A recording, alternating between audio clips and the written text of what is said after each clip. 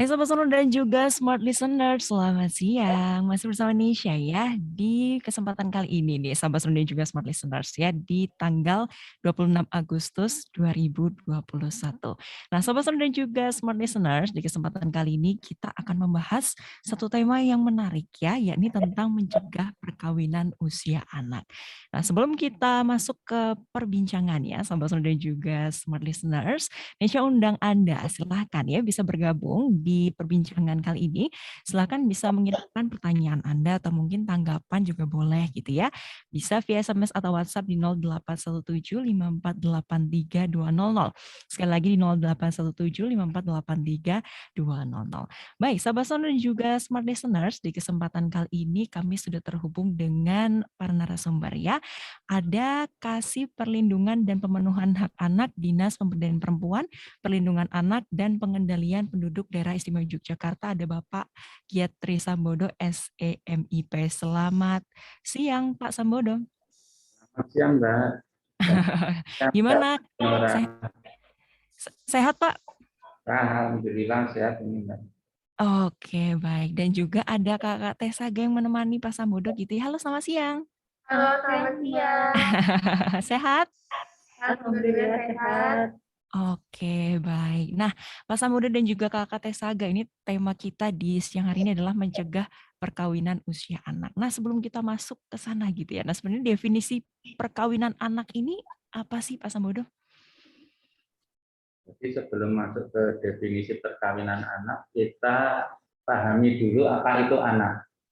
Jadi anak itu adalah orang yang berusia di bawah 18 tahun. Itu termasuk juga anak yang ada di dalam kandungan.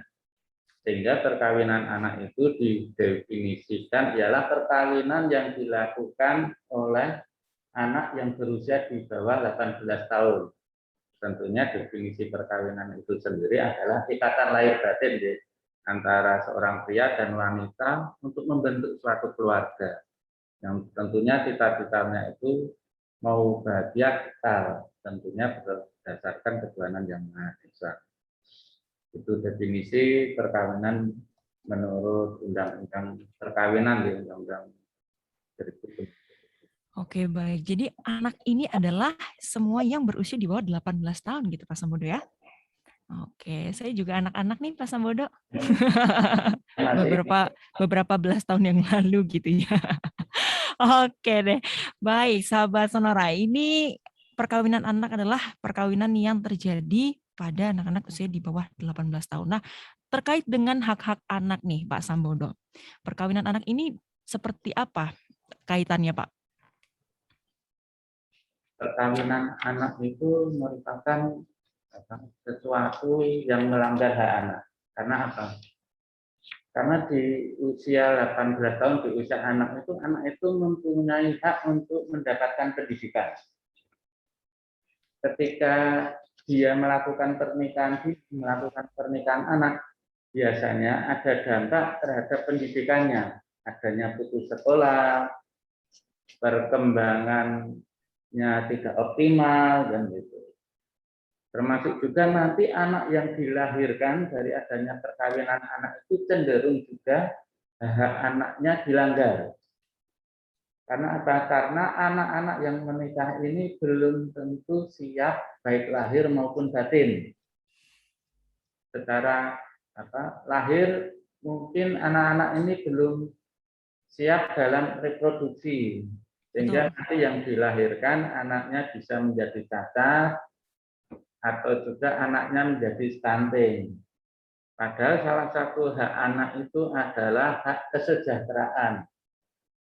Nanti secara batin anak-anak ini belum tentu bisa mengasuh anaknya dengan baik. Akhirnya yang dilanggar adalah hak mendapatkan pengasuhan dan lingkungan yang baik bagi tumbuh kembangnya anak. Oke, jadi ini baik yang menjadi orang tua maupun anak yang dilahirkan juga berkaitan sekali gitu ya Pak Sambodo ya? Iya, benar. Oke, baik. Begitu ya, sahabat-sahabat dan juga smart listeners. Nah, sebenarnya nih Pak Sambodo, batas usia minimal untuk menikah itu idealnya berapa sih Pak? Kalau menurut undang-undang, ini ada revisi undang-undang yang baru itu untuk anak baik pria maupun wanita itu menikah minimal di usia 19 tahun. Ini minimal di usia 19 tahun. Tapi angka idealnya untuk kesiapan tadi lahir maupun batinnya itu di usia untuk perempuan di usia 21 tahun dan di pria, di laki-laki itu usia di atas 25 tahun. Oke, jadi kalau misalnya secara undang-undangnya 19 tahun gitu boleh gitu ya Pak ya. Tapi kalau misalnya untuk secara kesiapan ini untuk perempuan di 21 tahun, kalau di laki-laki di lebih dari 25 tahun. Nah, indikator sudah siap menikah nih Pak, ini seperti apa sih? Tentunya ada kesiapan dalam lahir dan batin tadi ya. Lahir itu dalam kedewasaannya, secara itu. Maaf, keliru ya. Jadi dari lahir itu dari fisiknya sudah siap untuk bereproduksi, juga dari lahirnya dia sudah mapan dalam artian mempunyai penghasilan untuk memberi nafkah ke keluarganya. Dari sisi batinnya, mungkin dari sisi psikologi kedewasaannya itu sudah siap ya, untuk mengarungi rumah tangga. Nanti mungkin psikolog kita Mbak, teman-teman T-Saga ini, kakak-kakak T-Saga yang bisa menjelaskan lebih lanjut siap secara batin itu seperti apa. Oke, baik, siap. Mungkin Kakak Tesaga boleh menambahkan seperti apa sih indikator siap menikah begitu? Indikator siap menikah itu juga tadi ya Mbak, sama yang disebutkan dengan Pak Sam, ada kesiapan mental atau emosionalnya itu, dan yang kedua juga kesiapan spiritual dari masing-masing calon pengantin, terus kemudian kesiapan konsepsional. Kesiapan konsepsional ini ditandai dengan pengetahuan dan keterampilan untuk menjalani kehidupan pernikahan, karena kehidupan pernikahan itu adalah kehidupan yang berlanjut ya Mbak tentunya. Kemudian kesiapan finansial juga harus disiapkan. Kemudian kesiapan sosiokultural. Kesiapan ini merupakan kemampuan berinteraksi dengan masyarakat secara kontekstual dengan memperhatikan budaya setempat. Contohnya biasanya kan kita di lingkungan masyarakat itu ada rembuk desa. Nah, seperti itu Mbak. Kemudian kesiapan fisik juga harus dimatangkan karena kesiapan fisik itu dan kesiapan fisik itu lebih penting karena seorang ibu akan melanjutkan generasinya, akan melahirkan generasinya. Seperti itu, Mbak. Oke, jadi pernikahan itu nggak cuma modal cinta gitu ya, Pak Samudra dan Kakak Tesaga gitu ya. Jadi banyak nih sahabat Sonda dan juga smart listeners yang harus disiapkan. Tadi sudah disebutkan gitu ya, baik secara fisiknya maupun juga secara finansial. Kemudian secara psikologinya ini seperti apa. Nah, ini tadi ya sahabat Sonda makanya dikatakan idealnya di usia 21 tahun untuk perempuan dan 25 tahun ke atas untuk laki-laki. Nah, Sobat Son dan juga Smart Listeners, kita akan gali lagi lebih dalam gitu ya tentang perkawinan usia anak di segmen selanjutnya tentunya.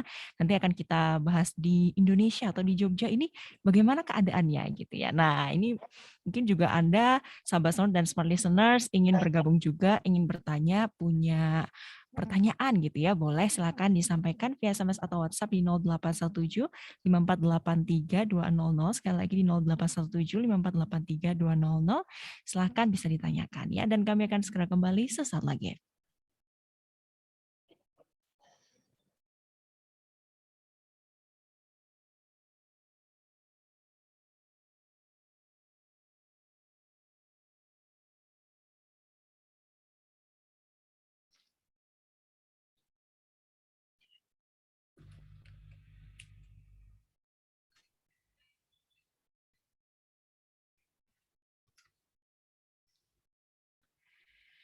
Baik, Sobat Sunu dan juga Smart Listeners, masih di perbincangan kali ini ya, seputar mencegah perkawinan usia anak bersama dengan para narasumber. Yang pertama ada Kasih Perlindungan dan Pemenuhan Hak Anak, Dinas Pemberdayaan Perempuan, Perlindungan Anak dan Pengendalian Penduduk Daerah Istimewa Yogyakarta. Ada Bapak Giat Trisambodo, SEMIP, dan juga para KKT Saga yang sudah terhubung. Baik, Sobat Sonor dan juga Smart Listeners, kita lanjut lagi ya seputar mencegah perkawinan usia anak. Tadi di sebelumnya sudah dijelaskan gitu ya sama Pak Sambodo tentang definisi anak itu yang seperti apa sih, kemudian dampaknya pada hak-hak anak itu seperti apa. Nah, kemudian Pak Sambodo, untuk secara general atau secara umum saja nih, bagaimana sih Pak kondisi di Indonesia maupun di Jogja tentang fenomena pernikahan usia anak ini, Pak? Jadi perkawinan anak yang ada di DIY ya, di DIY itu dari tahun ke tahun itu mengalami peningkatan. Jadi kita lihat datanya itu kan dari data putusan dispensasi perkawinan yang diterbitkan oleh Pengadilan Agama. Jadi anak yang melakukan perkawinan, jadi usia perkawinannya di bawah 19 tahun, di bawah itu harus ada izin dispensasi perkawinan melalui Pengadilan Agama. Ini data di tahun 2018 itu ada 372. Di tahun 2019 ada 583 dan di tahun 2020 ada 959. Ini peningkatan yang luar biasa karena juga diakibatkan oleh pandemi COVID juga ini. Jadi adanya dampak-dampak sosial ikutan dari adanya pandemi COVID. Ini cukup memprihatinkan kita. Karena perkawinan anak itu rentetannya akan sangat panjang nantinya. Ketika anak ini kawin di usia dini, maka biasanya ada peluang untuk putus sekolah. Akhirnya hak anak untuk mendapat pendidikan itu dilanggar. Nanti juga belum ada kesiapan reproduksinya belum siap. Nanti anak yang dilahirkan juga ada kemungkinan tidak lahir sempurna atau mengalami stunting. Juga nanti secara kejiwaan, kedewasaan anak-anak ini belum siap melakukan pengasuhan, melakukan pengelolaan dalam kehidupan rumah tangga dan sosial. Akhirnya anak-anak yang dilahirkan ini cenderung mendapat penelantaran dalam pengasuhan, jadi tidak mendapatkan pengasuhan lingkungan yang baik untuk tumbuh kembangnya anak-anak. Oke, jadi ini masih banyak terjadi gitu Pak Sambodo ya, perkawinan usia anak. Oke, baik. Nah, kira-kira nih Pak Sambodo dan juga Kakak Tesaga, sebenarnya faktor-faktor apa sih yang bisa memperbesar gitu ya terjadinya perkawinan anak? Nah, ini kakak desa nanti yang bisa menjawab. Silakan. Ada beberapa faktor ya, dari Betul. sekolah nanti, putus sekolah atau pekerjaan anak.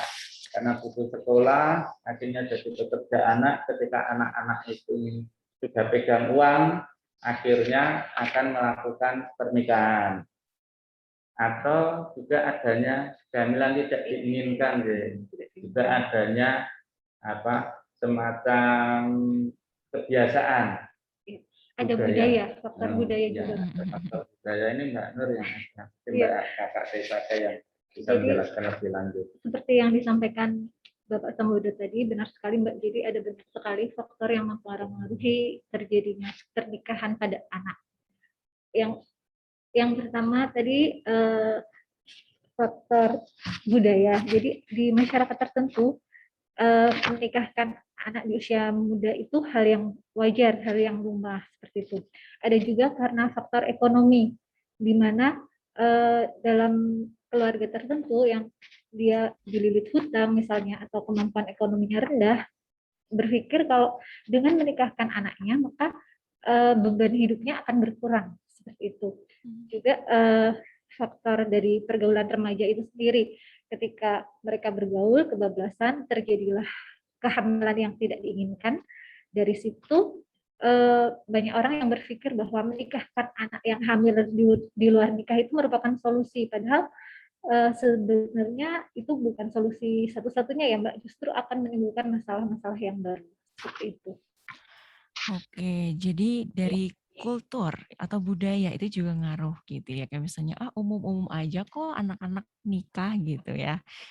Kemudian juga ada dari yang faktor ekonomi, misalnya tadi terlilit hutang, terus kayaknya udah deh dinikahin aja biar saya nggak ngasih makan lagi, biar itu dibebankan ke suaminya. Mungkin gitu gitu kali ya Kak ya. Oke, kemudian juga ada ini yang kayaknya paling banyak gitu ya sama smart listeners ya, ini pergaulan bebas dan terjadinya kehamilan yang tidak diinginkan. Baik, nah kemudian ketika terjadi perkawinan anak, apakah ada konsekuensi hukumnya nih Pak Sambodo dan juga Kak Tessa? Tentunya ada, Mbak.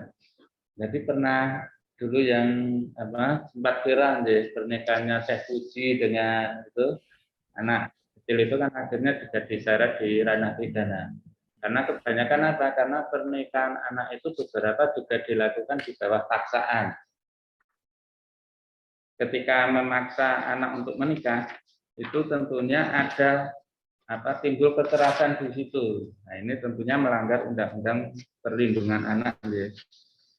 Undang-Undang Nomor 35 Tahun 2015 tentang Perlindungan Anak. Oke, baik. Nah, tadi sudah disampaikan juga sama Pak Samu dan Kakak Tessa gitu ya, bahwa masih banyak terjadi gitu perkawinan di usia anak. Nah, apa aja sih Pak yang bisa dilakukan gitu ya, atau upaya-upaya apa saja yang dilakukan untuk menekan angka pernikahan anak nih Pak? Baik itu yang sudah dilakukan pemerintah atau akan dilakukan. Itu seperti apa Pak Samudo? Ya, tentunya memberikan pemahaman, ya, sosialisasi. Ini seperti saat ini dengan Radio Sonora. Jadi kita sosialisasi, memberi informasi, edukasi kepada masyarakat mengenai apa itu perkawinan anak, dampaknya, konsekuensinya bagi anak-anak, dan beberapa hal lain kerugiannya. Tapi mungkin secara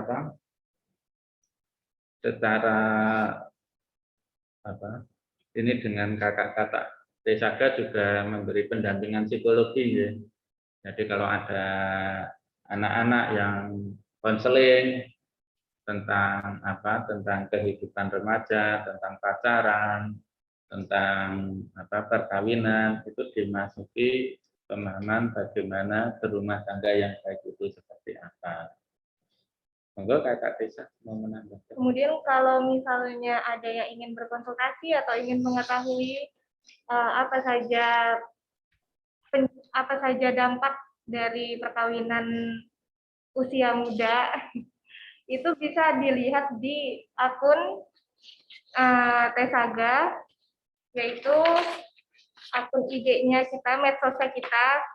Bisa langsung telepon atau SMS dan WA melalui nomor 087719292111 untuk SMS, WA, dan Telegram, dan nomor teleponnya di 02745650003. Selain itu kita juga punya medsosnya nih Mbak, untuk kita memberitahu atau menginformasikan kepada adik-adik dan remaja-remaja di luar sana di Facebook, IG, Twitter, itu Tesaga_DIY, dan bisa juga dilihat film kita, YouTube, dan lain di Tesaga DIY juga. Oke, jadi banyak source-nya gitu ya, Kak Tesaga ya. Kalau misalnya mau curhat nih gitu. Boleh Pak ditambahin? Iya. Jadi kita ada namanya PR, ya. Jadi kita membentuk kader PR di masyarakat, di sekolah. Jadi PR itu pusat informasi kesehatan remaja. Jadi salah satunya adalah upaya membina bagaimana remaja ini membentuk rumah tangga yang baik, dan termasuk di dalamnya bagaimana mencegah perkawinan anak. Dan kita juga lewat media yang disukai anak-anak muda. Jadi kita di DP3AP2 bekerja sama dengan Aftersen, ya. Jadi ada kampanye lewat lagu Aftersen tentang bagaimana itu tadi mencegah adanya perkawinan anak. Oke, baik. Jadi banyak upaya gitu ya Pak Samudra dan Kakak Teh Saga gitu ya. Kalau misalnya mau curhat gitu boleh gitu ya ke Kakak Teh Saga, tadi ada via Telegram, via telepon gitu, via media sosial juga bisa. Kemudian juga lewat lagu-lagu juga disampaikan gitu ya sama Saudara dan juga smart listeners tentang mencegah perkawinan usia anak ini. Nah, kalau misalnya ada sahabat sonora dan juga smart listeners yang pengen curhat nih Kakak Teh Saga, ini bisa dilayani di hari apa aja sih? Eh, untuk curhat di Tesaga bisa kita layani setiap hari di sosial media kita, Kak, di nomor telepon, nomor WA ya, 0877 1929 2111. Itu tidak terbatas di hari libur, bahkan malam hari pun selama Kakak Tesaga masih terjaga dilayani. Kalau untuk melalui telepon di nomor 565003 itu di hari dan jam kerja. Oke, baik. Nah, kalau misalnya mau konsul nih, Kakak Teh Saga, free kah atau ada biaya-biaya tertentu begitu? Gratis, Kak. Jadi Oke. konsultasi di Tesaga itu gratis, kita tidak memungut biaya apapun dan insya Allah soal kerahasiaan pasti dijamin. Tuh ya kan, daripada bundet nih ya, sahabat dan smart listeners ya, kalau sendiri, bingung-bingung sendiri gitu ya. Nah ini ada Kakak Teh Saga yang siap untuk membantu sahabat dan juga smart listeners. Baik, sahabat dan juga smart listeners, kita harus break lagi gitu ya. Silahkan untuk Anda yang punya pertanyaan nih, seputar mencegah perkawinan usia anak, silahkan gitu ya, bisa disampaikan via SMS atau WhatsApp di 0817548320. Nah, saat lagi kita akan bahas gitu ya, apa aja sebenarnya dampak perkawinan usia anak. Baik, so tetap stay tune hanya di 97,4 FM Sonora Yogyakarta dan juga Smart 102.1 FM Yogyakarta.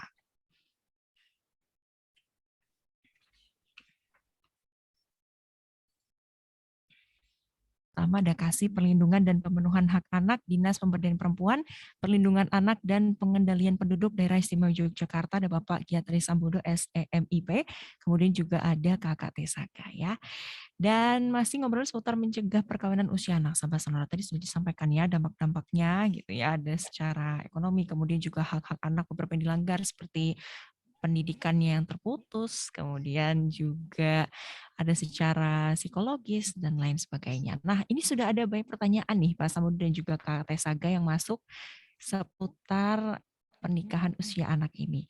Ini yang pertama ada dari Mas Putra di Jalan Kaliurang.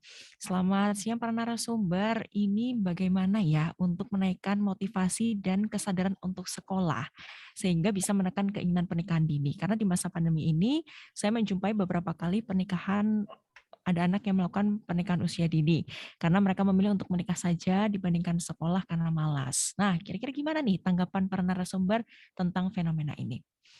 Silakan Pak Samudo dan Kak Tesaga. Izin masuk ya Mbak. Menjawab pertanyaan Putra tentang bagaimana cara menaikkan motivasi dan kesadaran sekolah untuk menekan pernikahan anak usia dini. Jadi yang pertama-tama adalah kita tumbuhkan motivasi dari dalam diri anak tersebut. Jadi ingat-ingat kembali cita-citanya apa. Kemudian untuk mewujudkan cita-cita tersebut kan butuh perjuangan, butuh pendidikan. Semoga dengan begitu kita ada motivasi dan effort lebih untuk belajar. Kemudian ingat juga perjuangan orang tua dalam mencukupi kebutuhan anak-anak, membiayai pendidikan mereka. Seperti itu, jangan sampai kita mengecewakan mereka. Ada tambahan mungkin? Atau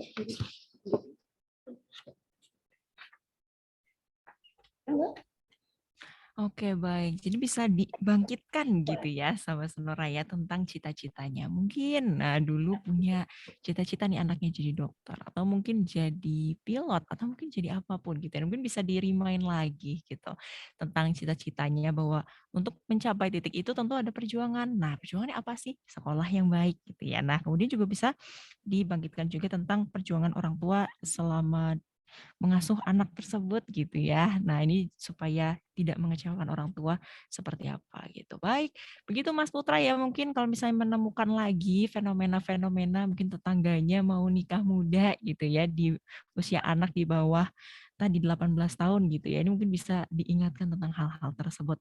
Baik, terima kasih. Kemudian ada lagi nih Pak Samuel dan juga Kakak Tesaga dari Mbak Indah di Jalan Kaliurang. Selamat siang, saya mau tanya, apakah ada cara mudah untuk bisa mengedukasi masyarakat, khususnya mereka yang masih, mohon maaf, di desa, dan tingkat pendidikannya masih jauh di bawah rata-rata terkait dengan pernikahan dini ini? Karena masih ada beberapa kasus yang saya temui di kampung halaman saya, usia 14 tahun banyak yang sudah menikah. Terima kasih. Monggo. Ini bukan cara mudah ya. Ini jadi PR kita bersama, jadi Betul. keroyokan baik itu pemerintah, tokoh masyarakat, dan tentunya keluarga. Tapi yang paling berat itu ketika perkawinan anak itu menjadi culture, jadi semacam budaya di lingkungan tersebut. Oke, baik. Jadi nggak ada yang mudah gitu ya, Pak ya? Jadi pemerintah itu sudah lewat Satgas Perlindungan Perempuan dan Anak yang sampai jangkauannya sampai ke desa itu juga melakukan pendampingan ketika ada kasus-kasus perkawinan anak, ada kasus kekerasan atau pelanggaran hak anak lainnya.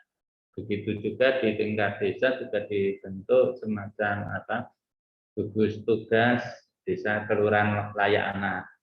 Itu yang mengawal upaya pemenuhan dan perlindungan hak anak. Di samping itu di gugus tugas juga ada kader PAPDM perlindungan anak terpadu berbasis masyarakat yang keanggotaan ini tentunya tokoh-tokoh masyarakat yang tahu lingkungan di situ, bagaimana budaya masyarakat di situ sehingga ketika melakukan pendekatan itu lebih mudah. Tapi secara struktural, secara sistem itu ketika akan melakukan perkawinan anak itu tentunya ada dispensasi, mengajukan dispensasi ke pengadilan agama. Hal ini tidak mudah, karena sebelum ada putusan dispensasi untuk melakukan perkawinan, orang tua dan anak ini diharuskan untuk mendapatkan bimbingan konseling, pendampingan di UPT Perlindungan Perempuan dan Anak di Kabupaten Kota. Jadi nanti di sana dikasih pembinaan apa itu perkawinan, bagaimana dampak-dampaknya, hak anak. Jadi si anak dan orang tua itu kita kasih bimbingan, pemahaman tentang perkawinan anak dan juga ditanting benar-benar. Apakah benar mau menikah atau karena apa? Karena diusahakan jangan sampai adanya perkawinan anak itu. Tapi ketika itu sudah terlanjur, biasanya karena kehamilan tidak diinginkan, itu berat sekali bagi semua pihak untuk memutuskan adanya dispensasi perkawinan. Tapi penyebab-penyebab adanya perkawinan anak ini yang harus kita urai, kita cegah.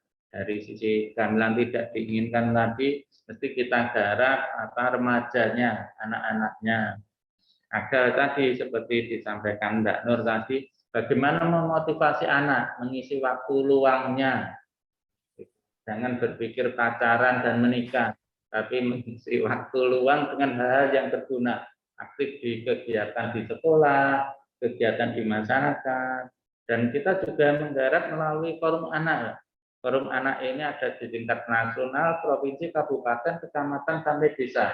Jadi di sini di forum anak itu ajang aktivitas anak berkreasi, berorganisasi, dan ikut serta dalam upaya pemenuhan dan perlindungan hak anak.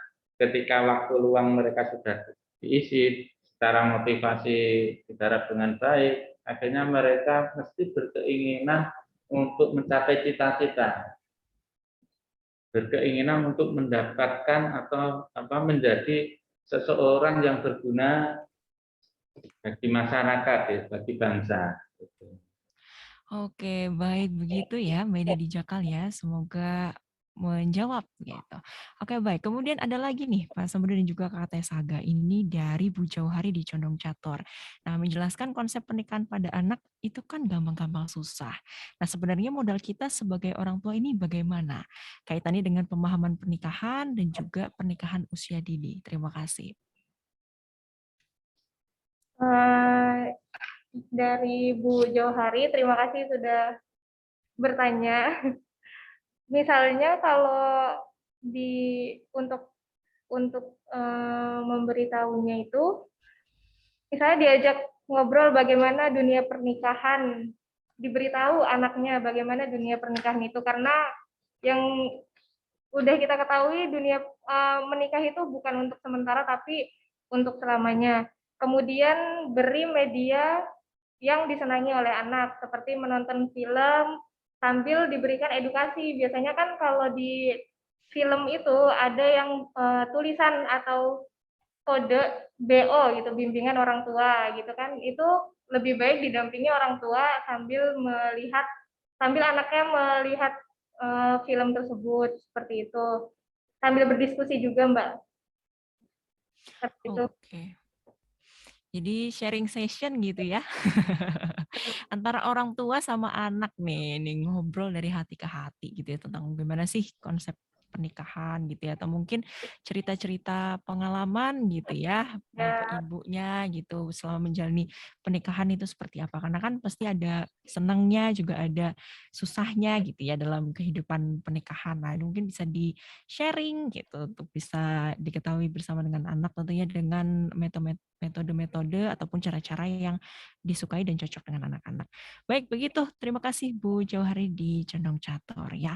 Baik, kemudian ada lagi pertanyaan. Oke, ada Kinan di Sleman nih, Pak Samudra dan juga Kak Tesaga. Nah, saya mau tanya, apakah pemerintah punya program sosialisasi yang menyasar langsung ke institusi pendidikan, seperti penyuluhan dan lain-lain untuk mencegah pernikahan anak?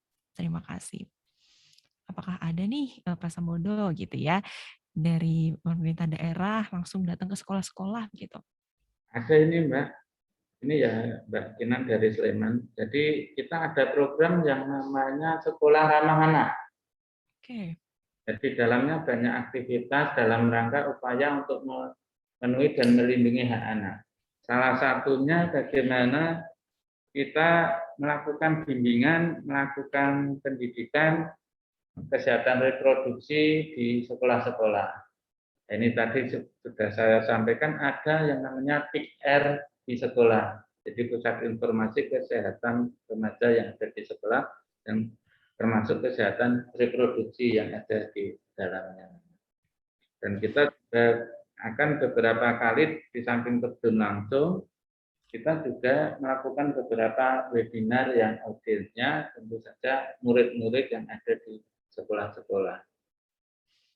Oke, baik. Jadi ada gitu ya untuk yang program ke sekolah-sekolah nih, bagian di Sleman gitu ya. Baik, terima kasih sudah bergabung. Nah, Pak Sabodo dan Kak Tes saya kita harus break terlebih dahulu. Sahabat Sonor dan juga Smart Listener, silahkan ya masih ada satu segmen terakhir nih. Kalau misalkan Anda ingin bertanya atau mungkin ada kasus-kasus yang ditemui gitu ya, pingin sharing gitu boleh gitu. Silahkan dikirimkan via SMS atau WhatsApp di 08175483 dan kami akan segera kembali sesaat lagi.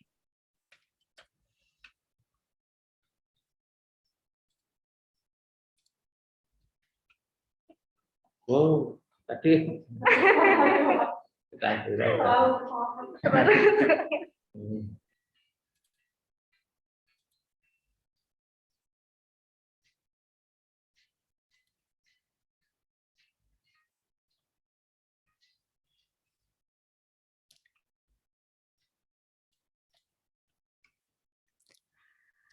Baik, Sobat Sonor dan juga Smart Listener, sampailah kita di segmen terakhir ya. Perbincangan seputar mencegah perkawinan usia anak bersama dengan para narasumber ada Kasih Perlindungan dan Pemenuhan Hak Anak, Dinas Pemberdayaan Perempuan, Pelindungan Anak dan Pengendalian Penduduk Daerah Istimewa Yogyakarta, Bapak Giatri Sambodo, SEMIP, dan juga ada Kakak Tesaga. Baik, ini ada pertanyaan terakhir nih, Pak Sambodo ya, dari Sobat Sonor dan juga Smart Listeners. Ini lebih ke sharing gitu ya, ada kasus begitu. Ini ada Mbak Sofia di Jalan Kaliurang. Selamat siang para narasumber, saya mau sharing nih. Tetangga saya usia 15 tahun hamil ya. Dan sekarang orang tuanya bingung karena si anak ini nggak ingin menikah dan ingin membesarkan anak yang dikandung sendiri. Padahal pihak laki-lakinya ingin bertanggung jawab, ingin menikahi gitu ya. Nah ketika terjadi kasus seperti ini, kira-kira baiknya seperti apa sih? Karena saya cukup bingung ketika ditanyain saran dan cuma bisa mendengarkan keluh kesahnya aja. Terima kasih. Nah silahkan Pak Samudra dan Kak Katisaga. Jadi Mbak Sofia, jadi mendengarkan itu sudah bagian dari solusi ini. Jadi tentunya yang mendapatkan kasus kehamilan tidak diinginkan ini tentunya ada beban tersendiri secara psikologi. Ketika dia sudah mulai curhat, sudah membuka permasalahan, itu merupakan bagian dari solusi. Tapi solusi ini tentunya jangan kalau tidak mampu jangan disimpan sendiri. Di Jogja itu ada lembaga-lembaga yang bisa mendampingi kasus-kasus seperti ini. Di tingkat provinsi ada Reksodia Utami, ya. Di sana ada psikologisnya yang mempunyai kemampuan dalam mengatasi kasus-kasus seperti ini. Tentunya nanti baik pihak putra atau putri ini yang ada kasus ini akan dilakukan asesmen psikologi, akan dirunut permasalahannya, akan ditelaah lebih lanjut, akan didengar pendapat-pendapatnya, juga akan dinilai emosionalnya, kedewasaannya kedua belah pihak. Tentunya dengan dengan metode psikologi nanti akan ditemukan solusi yang tepat. Tapi saran saya Mbak Sofia ini ya tetap mendampingi, walaupun kemampuannya hanya mendengarkan curhat itu juga menjadi bagian penting dari upaya meringankan beban temannya tadi yang ada kasus kehamilan tidak diinginkan. Provinsi ada Reksodia Utami, di tingkat kabupaten mungkin yang lebih dekat itu di Sleman ada Puspaga di Komplek Pemda Sleman, di Balai Kota juga ada Puspaga Kenari, nanti di Gunung Kidul ada UPT BPA, di Bantul, Kulon Progo juga sama. Jadi banyak pihak yang bisa kita mintai tolong untuk mendampingi mencari solusi terhadap permasalahan seperti ini. Oke, Kemudian baik. kita perlu memberikan kesadaran atau memberitahu nih kepada si calon ibu itu akan dampak dari anak yang akan dilahirkan nanti. Seperti itu. Jadi anak yang dilahirkan nanti itu tidak akan memiliki identitas atau tidak masuk ke dalam kakak karena kan orang tuanya tidak menikah. Seperti itu sih.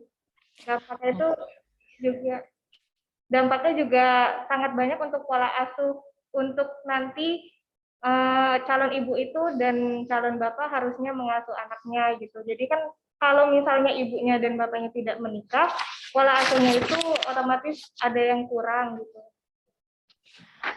Oke, baik. Jadi begitu ya, Mbak Sofia di Jakal ya. Semoga bisa menjawab. Nah, Pak Samudra dan Kak Tesaga ada kisah-kisah lain nggak sih terkait dengan perkawinan usia anak nih? Mungkin Kak Tesaga bisa share gitu ya, supaya bisa jadi bahan pembelajaran juga nih untuk sahabat sonor dan smart listeners. Jadi share aja ya Kak, ada cerita, jadi ada seorang anak yang dia itu pacaran sampai terjadi kehamilan yang tidak diinginkan tadi. Kemudian akhirnya kan mereka menikah dan putus sekolah. Nah, dari situ banyak sekali pelajaran yang bisa diambil buat sahabat-sahabat smart listeners dan sahabat Sonora. Jadi dari pernikahan dini itu tentu saja dampaknya banyak sekali, antara lain dampak fisik dan psikologis. Pada pernikahan anak di bawah usia 18 tahun itu rentan dengan permasalahan reproduksi karena dasarnya kan memang dia belum cukup matang ya secara fisiologisnya. Kemudian dari sisi psikologisnya juga belum matang dari sisi emosi, jadi sering terjadi pertengkaran, bahkan berujung pada kekerasan dalam rumah tangga seperti itu. Dan akhirnya bisa juga berakhir ke perceraian. Seperti itu, kalau sudah terjadi perceraian, anaknya juga akan menanggung akibatnya seperti itu. Oke, jadi banyak sekali gitu ya sahabat Sonoraya yang bisa terjadi di perkawinan usia anak. Apalagi karena tadi kan secara emosional belum matang gitu ya. Jadi mungkin sering ribut gitu ya, sering sering gemes-gemesan nih, berantem gitu ya. Nah, ini kan bisa takutnya terjadi sampai akhir nanti ke perceraian. Oke, baik. Nah, ini nih, apakah ada lagi kasus-kasus lain Kak Saga?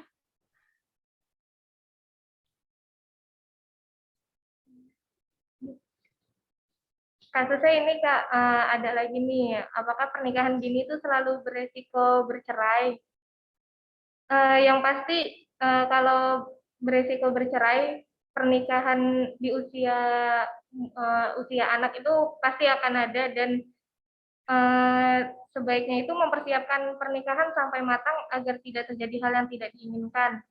Dan kita, Kak Saga ini selalu menekankan bahwa menikah harus terencana, bukan karena bencana. Nah, terus kita juga memberikan solusi, tentunya kita tidak tidak memberikan generalisasi ya bahwa pernikahan itu selalu tidak baik hasilnya. Tapi ketika dilakukan oleh orang yang dewasa atau masuk ke usia pernikahan itu perceraian itu akan langgeng. Pernikahan itu akan langgeng. Pernikahan harus disertai dengan kematangan fisik, reproduksinya itu harus matang, kemudian kecerdasan emosional, kesiapan mental, dan kematangan pola pikir tentunya akan menghasilkan kualitas pernikahan yang langgeng juga. Seperti itu, Kak. Oke, baik. Nah, ini nih terakhir gitu ya. Gimana sih caranya supaya remaja ini tidak terjerumus pada pernikahan usia dini, Pak Samudro dan Kak Saga? Jadi bagaimana sih caranya agar remaja itu tidak terjerumus ke dalam pernikahan dini? Kita bisa memberikan edukasi kepada remaja bagaimana sih biar mereka itu tidak tergesa-gesa berpacaran di usia muda. Kemudian bisa juga membuat program atau kegiatan yang positif bagi remaja, seperti melibatkan remaja dalam kegiatan-kegiatan sosial, atau mereka bisa diajak diskusi, kemudian ada kegiatan olahraga, kegiatan musik, berkebun, kerajinan, kemudian bisa mengajak remaja untuk aktif dalam kegiatan organisasi kepemudaan yang sesuai dengan bakat dan minat mereka. Oke, baik. Nah, di 5 menit terakhir nih Pak Samudro dan Kak Saga mungkin bisa disampaikan closing statement-nya gitu ya, dan juga pesan-pesan nih untuk sahabat Sonor dan juga smart listener supaya bisa mencegah perkawinan di usia anak. Silahkan Pak.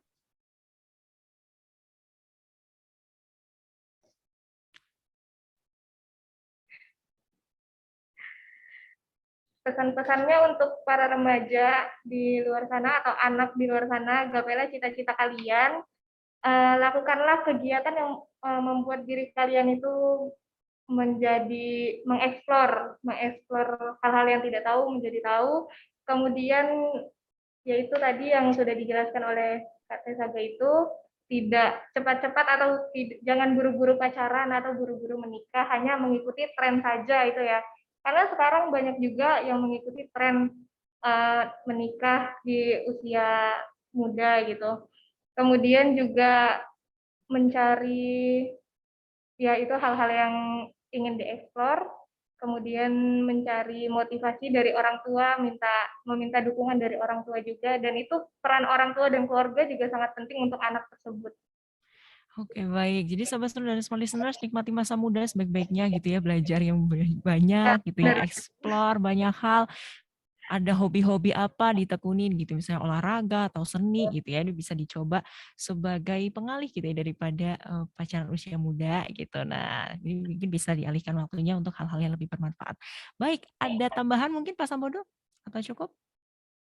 Ya, tambahnya gini Mbak, di samping pemerintah melakukan upaya pencegahan perkawinan anak, ternyata ada pihak-pihak yang mempromosikan pernikahan anak.